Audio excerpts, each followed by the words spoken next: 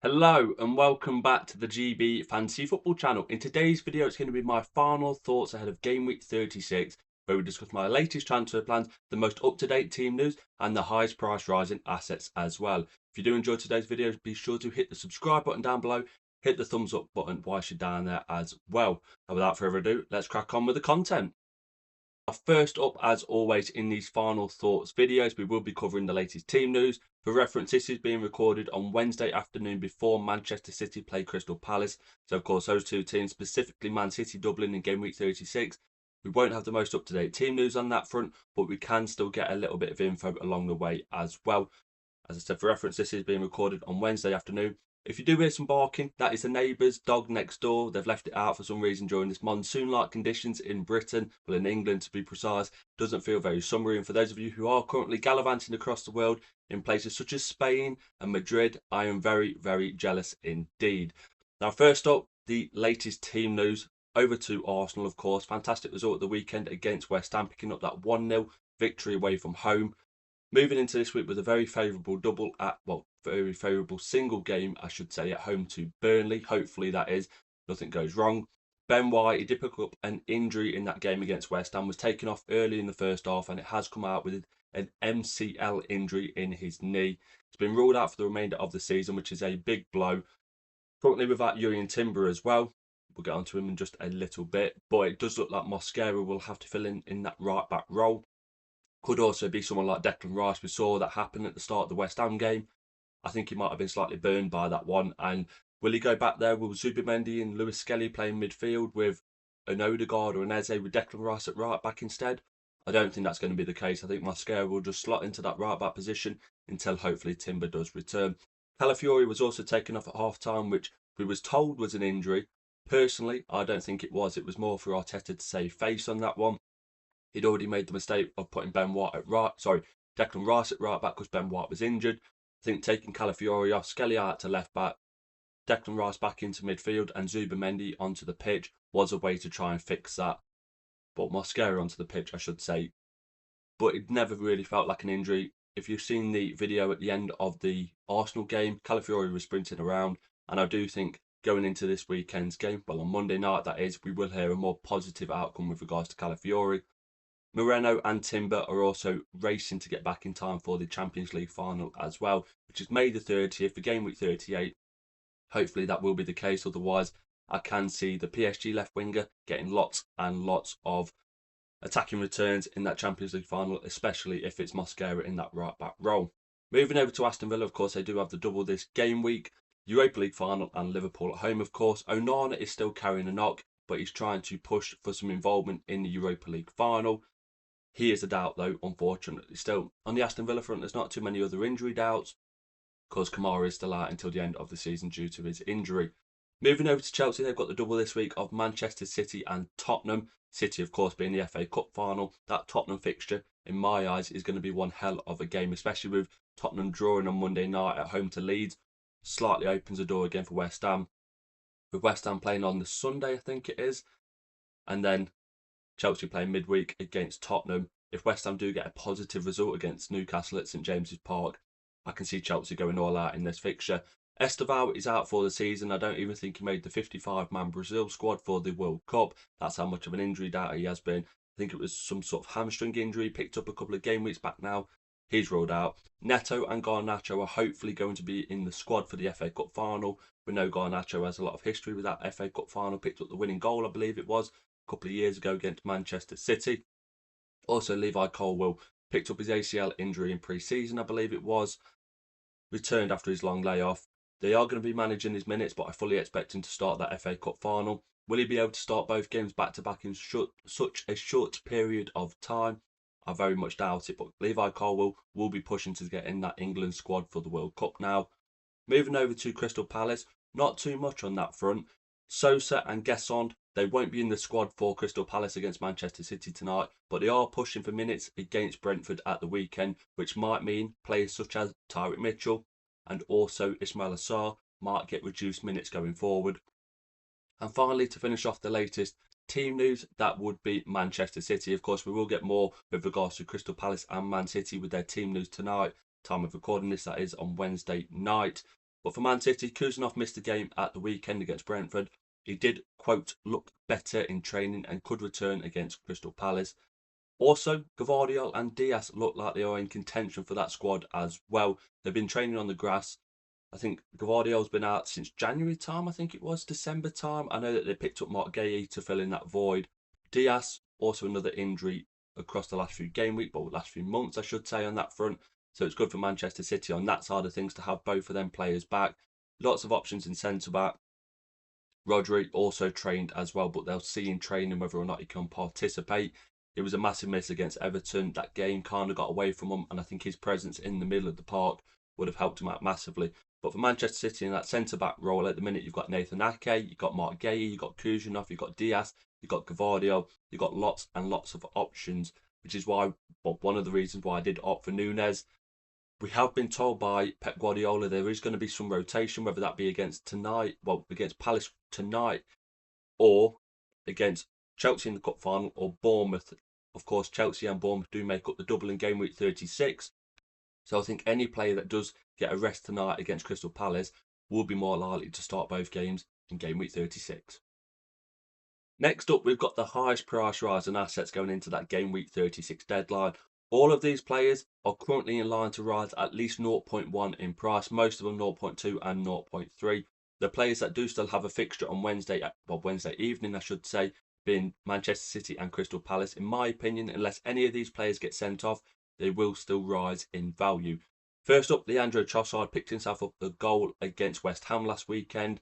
Been really good over the last few game weeks, was one of my big differential punts on one of the transfer target videos not too long ago, and he is in prime form. In my opinion, he starts against Burnley, the front three being Gyökeres, Saka and Trossard. The win percentage with those three is through the roof compared to someone like a Martinelli or a Madueke. The quality does drop substantially, and for reference, I do actually think Martin Odegaard starts this game over Eze, but that's more to do with the fact that Odegaard's performance against West Ham really did push us through to that victory. Eze, he didn't look too great, but would it be a bit harsh dropping him against the Burnley team where you can see him getting chances and getting on the ball? Potentially, but in my opinion, it's Trossard, Gyökeres and Saka that start that Burnley fixture. Moving over to some other players, Erling Haaland got a goal, got an assist against Brentford at the weekend. He will be going up in value. Marmoush was involved in my transfer target video earlier this week. If you did miss it on the channel, go check it out. We covered the goalkeepers, defenders, midfielders and attackers across the board with a few differential punts, Marmoush being one of them. I do see him starting one of these games in game week 36, especially if he doesn't start tonight against Crystal Palace. We've been told by Pep many times there will be rotation, too quick of a turnaround between the Brentford game, the Palace game, the Chelsea game and the Bournemouth game, so there will be some casualties with regards to minutes wise on Manchester City front. Ake going up in price. Doku, of course, ridiculous for bonus points at the minute, did get himself a goal in that Brentford fixture as well. He's one that I do look at with regards to Man City and think if they drop him out the team for a bit of rotation, who plays out there with the same quality on the ball? And I think at the minute you'd be hard pushed to find anyone in the Premier League with the effect that they're having on their individual teams, such as Doku, as he's single-handedly continuing to carry them through these fixtures. Next up, Mark Gay did have the mistake against Everton, but picked up the clean sheet against Brentford. Over to Crystal Palace, Ismail Assar got the goal at the weekend. I think he had 3 shots on target as well. I do think he starts tonight against Manchester City, but I'm not wholeheartedly confident on that one. If you look at the City side, you can get behind them with a bit of pace. They do play a very high line, and I think Saar would be a prime candidate for that. Mateta got his goal at the weekend, will continue to share minutes with Strand Larsen, though, unfortunately. Over to Aston Villa, Ross Barkley and Emi Martinez. Martinez got the assist at the weekend despite conceding twice against Burnley, and a few other players to round things off. Lewis Skelly, of course, playing in that midfield role currently, but is categorised and classified as a defender on Dream Team. The switch from last season, of course, where it was the opposite way round. And finally, 2 Chelsea assets, Fofana and Enzo. Enzo, of course, picked up the goal rather fortuitous, the free kick that basically went straight in off the post. Fofana did get the assist for that one, which is where he's picking up his price rise. They do have Man City in the cup final. They do have Tottenham, of course, in the league. And we know what Enzo's like with regards to minutes. He's a bit of a minute monster, a bit like Morgan Rogers for Aston Villa. If you want to pump for Chelsea, he will be going up in value. He will more than likely start both, but is the upside there for a player such as Enzo Fernandez? And finally, to conclude today's final thoughts video, I'm going to be moving on to my team and transfer plans ahead of that Friday night deadline. Of course, the Aston Villa game did get brought forward. It was either going to be, I think, the Liverpool Villa game or Forest. I forgot who they're playing at the weekend. But of course, with Villa winning, it was their game that got brought forward to the Friday night. So don't miss out. It is a Friday evening UK time deadline. Now, I'm currently still on 111 points. We, of course, have had no extra games this week, except for the Crystal Palace Manchester City game, or I should say the other way round to be specific, at the Etihad Stadium. And that is Wednesday night. So, time of recording this, that has not yet played. So, 111 points. I think I'm 2.2k currently, hoping to get back inside the top 2k. Not been a good season, of course. Off the back of last season, it was going to be very, very hard to make a positive rank increase rather than being second or first. Of course, I did finish third last season, and I will continue to say that until the end of this season at least anyway. But it's not been a very good season overall. Just hoping to finish it on a positive note, especially going into that World Cup mode as well. Now, I've got 2 free transfers starting out from the back. This is currently how I'm planning my team to be ahead of that Game Week 36 deadline. Martinez in goal. He's got Liverpool in the Premier League. He's got Freiburg in the Europa League final. I see him starting both fixtures. Of course, I do have Marco Bizzo lurking around on that bench with intent, but Martinez, we know what he's like this time of year. He tends to play most games. It's that middle part where he comes away from warm-ups with a little niggle and doesn't start those fixtures. But with the World Cup on the horizon, I see him fully starting both these fixtures. Villa at home to Liverpool. Of course, Liverpool haven't been very free-firing recently. Potential chance for a clean sheet, but that does all depend on the rotation that Villa take going into that fixture. But they do need a positive result with regards to their own Champions League positions. So he's not going anywhere. Across the back line, I'm currently taking out Tyreek Mitchell for Bukayo Saka. Now, with Borna Sosa coming into that Crystal Palace squad for the weekend, we just mentioned that with regards to the team news. I do see some minutes being taken off Mitchell, especially if he starts tonight against Manchester City. I can't see him starting 2 fixtures, 3 fixtures, I should say, in such a short period of time. So taking Mitchell out for Saka, who is at home to Burnley, it's a no-brainer in my opinion. I'm not going to go back to any Aston Villa attackers. Of course, I did take out Watkins and Rodgers in the previous game week. I foresaw some minutes being taken away from both them players. I did see Villa picking up a victory against Burnley, I should say. With that draw, it does slightly change things. If I had them now, I probably wouldn't be taking them out.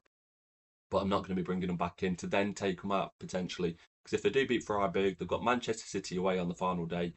And that is, of course, one of the worst fixtures to target in the season. So Saka is currently coming in for Mitchell. So across the back line, I've got Nunez with a double, Chelsea in the cup, and away to Bournemouth. Depending on if Kuznov is fit, I do potentially see Nunez being rested for one of these games. Munoz, more minutes being able to be played by him at the minute rather than Mitchell, which is why he stays ahead of him. I also see Munoz's upside attacking-wise slightly better than Mitchell, although he has picked up more tackle points and recently goal involvements than Munoz, so that is definitely something to note. But that niggling Achilles injury is why Munoz stays ahead of him. And I've got the double Arsenal defence in Saliba and Gabriel. I did consider bringing in someone like a Mosquera, but I'm not too set on that. I'd rather go for the attacking upside, and I do see Arsenal scoring some goals in this one, hopefully anyway, that is. And that is why Saka has come in ahead of another defensive asset. Moving into midfield, I've got a trifecta of Manchester City. I've got Semenyo, Cherki and Doku, of course, all playing the same fixture. Chelsea in the FA Cup final and Bournemouth away. Only 3 days after that cup final, I believe it is. I think City play on the Saturday and the cup finals on... the cup finals on the Saturday and the Bournemouth fixtures on the Tuesday. Correct me if I'm wrong in the comments down below. I know it's either Tuesday or Wednesday. Now, currently, the captaincy armband is on Jeremy Doku. We're going to round out with the attackers. Haaland, Chelsea in the cup, Bournemouth away in the league. And João Pedro. I'm bringing him in. I did toy with the idea of Cole Palmer. I toyed with the idea of Enzo Fernandez. But I look at these fixtures. Man City aren't airtight at the back. And if Chelsea can get something going, I can see maybe 3 or 4 points for Pedro if he doesn't get an attacking return. I was also worried in the last game week if he was going to play out on that left-hand side with Delap up front. That wasn't the case either. Delap is not favoured at the minute at all. And I do see the Chelsea players starting that Tottenham game. Normally, you'd say they're going to get a rest, they're going to get reduced minutes. But with it being Tottenham and having the chance to send Tottenham into the relegation zone, going into the final day, I think Chelsea are going to be all over that fixture. We saw it, I tend to say 10 years ago now at the Battle of the Bridge. Chelsea were having a really poor season off the back of winning the league the year before. Didn't look like they was going to get anything from that fixture. 2-0 down in the first half, I think there was. Came out the second half, 2-2. Hazard's famous goal where he killed it in the top corner, and Leicester won the league that night. And I see that being very similar again. Stamford Bridge, not been a place of unity this season at all, whether it's been one manager or the next manager or another manager. But there's one thing that they can all agree on over at Stamford Bridge, and that is the despise of Tottenham. Just that rivalry, it always brings up plenty of cards, plenty of red cards, goals, talking points. It's one hell of a fixture. I remember a few years ago, I think it was, what's his name now? Conte and Tommy Tuchel. The handshake at the back end of the game, just plenty of flashpoints. And for that reason, I do want a Chelsea attacker in my game week this week and into my team as well. Pedro is averaged over 6 points this season. We've seen many a time the quick turnaround with regards to Cole Palmer. Doesn't look in great form at all. I don't think he will play 90 minutes in both, but he could start on both.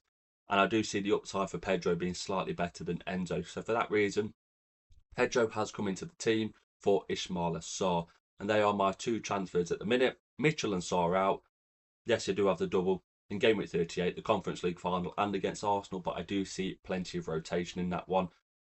So I'm going to bring in Pedro or Enzo or Palmer. That's the only bit of debate for me, depending on what one out of the three. But Pedro's currently leading that 3-horse race, and Saka in as well. Now, I briefly spoke about the armband just a little bit early on. Doku currently has the armband. He picked up 18 points in the first half of game week 35. Going into game week 36, this will depend on who starts against Crystal Palace tonight. Now, we saw Cherki come off after 60 minutes against Brentford. I think Semenyo played the bulk of the minutes, Haaland played the bulk of the minutes, and Doku played the bulk of the minutes as well against Brentford in that fixture. If any of these players get rested tonight, I think they're pretty much nailed on to start both in game week 36 against Chelsea and Bournemouth. And that will be the way that I lean. Doku, his bonus points potential at the minute and his involvement in that Manchester City attack just can't be looked past. He's starting every game basically at the minute on 7 points with 2 appearance points and max bonus being 5. So for that reason, he has got the armband, but that could easily change depending on who starts against Crystal Palace and who doesn't start, more importantly. So they are my current transfer plans. Leave a comment down below on what your team is lining up for game week 36. Are you slowly starting to keep transfers back for that single game in game week 38 that consists of Arsenal against PSG? Or are you still continuing to target the doubles in game week 36? That is, whether it be Aston Villa, Chelsea, or adding more Manchester City players from the previous game week, that is. So just a quick recap. Armband currently on Doku. Depends on who gets benched against Crystal Palace midweek. Saka coming in for Mitchell. And then it will be one of either Pedro, Palmer, or Enzo coming in for Ismaila Sarr. Currently leaning towards João Pedro. So that does indeed conclude my final thoughts ahead of game week 36. Not long now until the end of the season. Just got game week 37 after this. Of course, that does consist of a Crystal Palace double with them being in the Conference League final. And then game week 38, Arsenal against Paris Saint-Germain in the Champions League final. Once again, hoping to hear from Dream Team very soon with regards to the World Cup mode. Once that is announced, don't you worry, we will cover every single aspect of that on the channel over the summer, of course. If you did enjoy today's video, be sure to hit the subscribe button down below. We're trying to get to 1,600 before the end of the domestic season. Hit the like button as well and hit the bell notification down below so you don't miss an upload on the channel in the future. Down in the description below on my socials, Instagram, X and TikTok. Go down there and check them out. Also leave a comment on how your teams are lining up, of course, as well. Any last minute dilemmas on players, potential ins, potential outs, and if you're struggling for transfer budget, that is of course a big thing this time of year as well. Now thank you very much for watching today's video. Hit the hype points with it being the final upload of the game week as well. And you'll be seeing me in a new video very soon.